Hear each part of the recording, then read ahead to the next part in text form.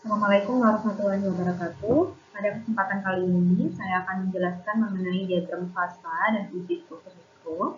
Jadi, apa itu diagram fasa? Jadi, kita di sini hanya fokus pada diagram fasa baja paduan, di mana di sini terdiri dari paduan besi ya, unsur besi dan dia unsur karbon. Jadi ada dua jenis unsur yang dipadukan. Di sini ada unsur besi Fe dan unsur karbon atau C. Nah, di sini bisa terlihat di diagram fasa Fe3C ya. Jadi di sini ada steel dan cast iron. Jadi di sini ada baja dan cast iron atau besi tuang ya, besi tuang. Jadi di sini carbon content present by weight-nya. Jadi berdasarkan masanya di sini, di mana di sini ada 0,5% sampai sekitar 6%. Jadi di sini kita bisa lihat pada temperatur derajat Celcius yang bagian kanan ya. Jadi pada temperatur derajat Celcius di sini baja dibagi menjadi baja hypoelectroid, di mana batas dari paduan karbonnya sekitar 0,83%, dan hyperelectroid, di mana dia dari 0,83% sampai 2%. Jadi yang menjadi fokus di sini sebelum kita membaca diagram, kita harus paham terlebih dahulu ya, mana itu sumbu X dan mana itu sumbu Y. Jadi sumbu X itu dia menunjukkan apa? Di sini dia menunjukkan paduan karbonnya dia seberapa besar ya. Beratnya masanya dia berapa besar. Kemudian di bagian kanan dan kiri dia menunjukkan temperaturnya atau temperatur pemanasannya di sini ya. Pemanasannya dia sampai berapa derajat Celcius. Jadi kalau yang kiri dia pakai Fahrenheit, kalau yang kanan dia pakai Celcius. Jadi di sini paduan paling kecilnya dari karbon sekitar 0,008%. Dimana di sini dibagi lagi pada titik 410 derajat Fahrenheit dia disebut sebagai A0, kemudian pada 723 derajat Celcius atau sekitar 1333 derajat Fahrenheit, di mana disebut sebagai garis A1 ya. Garis A1 di sini ia menunjukkan bahwa sudah ada perubahan fasa, di mana fasa yang sebelumnya dia berupa perlit dan ferit ya, perlit dan ferit, dimana kalau diuji struktur mikro dia terlihat seperti bagian gelap dan terang. Jadi setelah perlit dan ferit dia akan naik lagi sampai temperatur di atas 723 derajat Celcius, dia akan merubah menjadi alfa dan gamma, dimana alfa di sini adalah ferit ya lambangnya, kemudian gamma di sini dia menunjukkan perubahan fasa menjadi austenit. Kemudian naik lagi terus menerus. Jadi fokusnya di sini kita di hypoelectroid ya, di baja karbon rendah di sini. Dia terus naik sampai menjadi austenite solid solution of carbon in gamma iron. Jadi di sini dia sudah berubah menjadi full austenite fasanya. Kemudian dari full austenite dia berubah menjadi delta iron. Jadi perubahan temperatur pemanasan serta perubahan paduan karbon yang diberikan pada suatu paduan di sini tentu saja dia akan mengubah dari diagram struktur, bukan diagram tapi fasanya, fasa dari paduannya. Jadi kita bisa lihat di sini semakin tinggi temperatur pemanasannya, otomatis perubahan fasanya dia juga akan semakin besar. Sebegitu juga dengan semakin tinggi paduan karbonnya, dia juga akan mengalami perubahan fasa yang berbeda.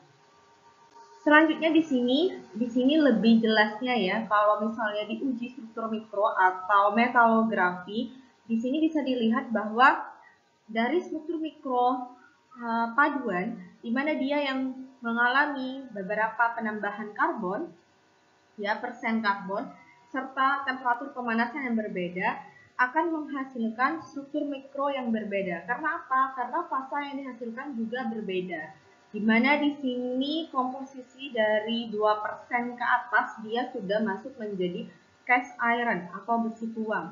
Di mana di sini cenderung karakteristik dari paduannya adalah keras dan bekas. Jadi di sini ada berbagai macam jenis fasa, di mana diantaranya adalah perlit dan ferit ya. Di sini bisa dilihat perlit dan ferit. Kemudian ada perlit dan sementit.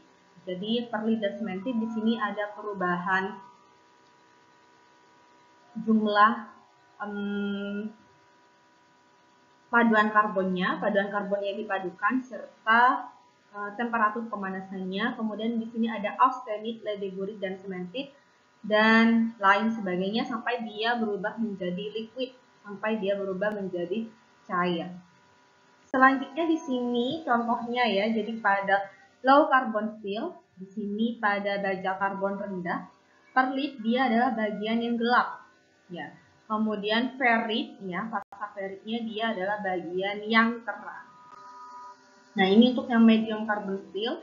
Jadi sama dengan yang sebelumnya, baja karbon rendah, ya. Di sini untuk yang medium carbon steel, yang gelap dia adalah berupa perlit, di mana perlitnya dia semakin banyak karena jumlah paduan karbonnya juga semakin banyak. Kemudian bagian yang terang, ferritnya dia akan semakin sedikit. Nah, ini contoh untuk perlit. Dia semakin kasar, semakin banyak bagian gelapnya. Kemudian ini contoh dari beberapa bahan yang digunakan pada uji struktur mikro, di mana di sini ada nitral, asam nitrat, plus etanol. Jadi untuk eksa ya, etching maksimal sekitar 2 detik pencelupan ya, bukan direndam tapi dicelupkan. Dan di sini etanolnya dia untuk mencuci material atau baja karbon yang dia sudah dicelupkan pada larutan nitral, pada larutan eksa. Fungsinya kita melakukan eksa di sini adalah untuk mengkorosikan materialnya supaya material tersebut nanti saat dilihat dengan mikroskop, struktur mikronya itu terlihat. Selanjutnya di sini hasil uji struktur mikronya ya. Contoh dari medium karbon di sini terlihat bahwa bagian perlitnya, bagian gelapnya dia lebih banyak dibanding bagian terangnya atau ferritnya. Nah, ini untuk praktikum struktur mikro. Jadi tujuannya adalah mengetahui struktur mikro, struktur ferrit atau fasa ferrit pada baja, serta mengetahui fasa perlit pada baja. Jadi ini kita fokus pada baja karbon rendah dan baja karbon tinggi. Nah, ini beberapa bahan yang digunakan adalah low carbon steel atau baja karbon rendah, kemudian medium carbon steel, ada baja karbon menengah, kemudian amplas dengan berbagai grade yang berbeda. Tujuannya adalah untuk meratakan permukaan material dan menghaluskan permukaan material serta autosol nanti untuk memberikan kesan bersih, bukan hanya kesan tapi bersih, mengkilap dari material yang sudah diamplas sehingga mudah untuk dikoreksikan, mudah untuk dilakukan eksa. Nah, alatnya di sini tentu saja safety equipment, gerinda, polisher, mikroskop untuk melihat hasil uji metalografi atau struktur mikro serta komputer. Nah, ini pelaksanaannya menggunakan safety equipment.